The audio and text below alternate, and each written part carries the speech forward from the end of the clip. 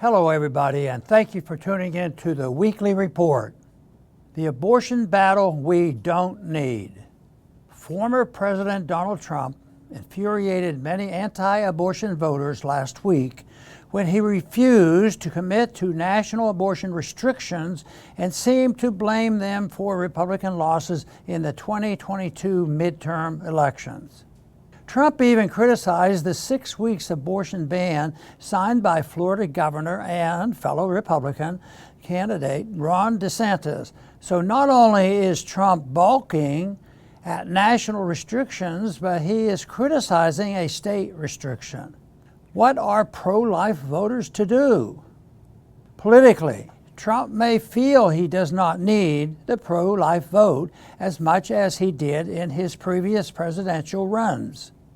After all, he is so far ahead in all primary polls that absent an extremely unusual event, he is all but the presumptive Republican nominee. He hasn't even felt compelled to participate in any of the primary debates, skipping the first one to sit for a hugely popular interview with Tucker Carlson. Trump has attempted to placate pro-life voters by repeating that he is the most pro-life president in American history, and by touting that the Supreme Court overturned Roe versus Wade on his watch and with his nominees.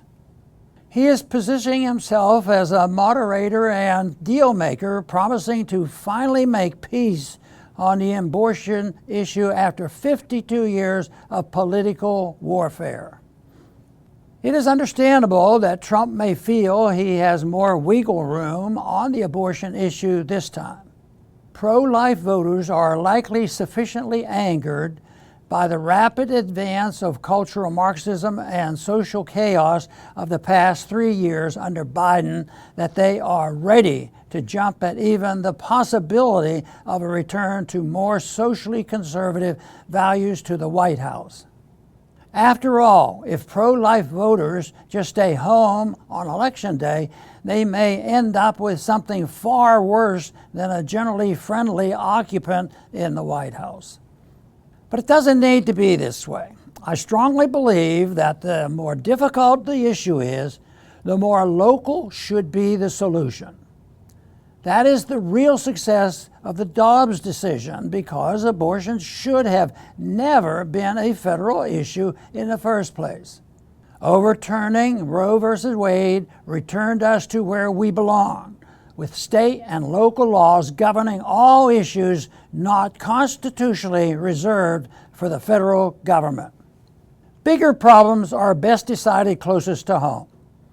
Look, for example, at what happened when the parents started going to school board meetings and demanding accountability on everything from COVID restrictions to transgenders in school bathrooms.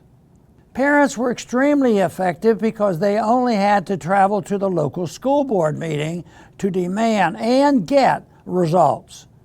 Does anyone think they would have been able to get the same results at the Department of Education in Washington, D.C.?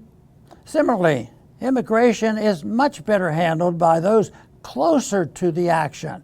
Ideally, it would be a property rights issue, but at the least, states like Texas should be taking an active role in preventing a foreign invasion into our borders rather than waiting for Washington to make a move. The pro-life voters and a seemingly more moderate Trump are making a mistake drawing federal battle lines on the issue. The doors are wide open for state and local activism on the abortion issue. All in all, it is a win rather than a loss for power to be devolved from Washington to your local capital or city hall. Thanks for listening.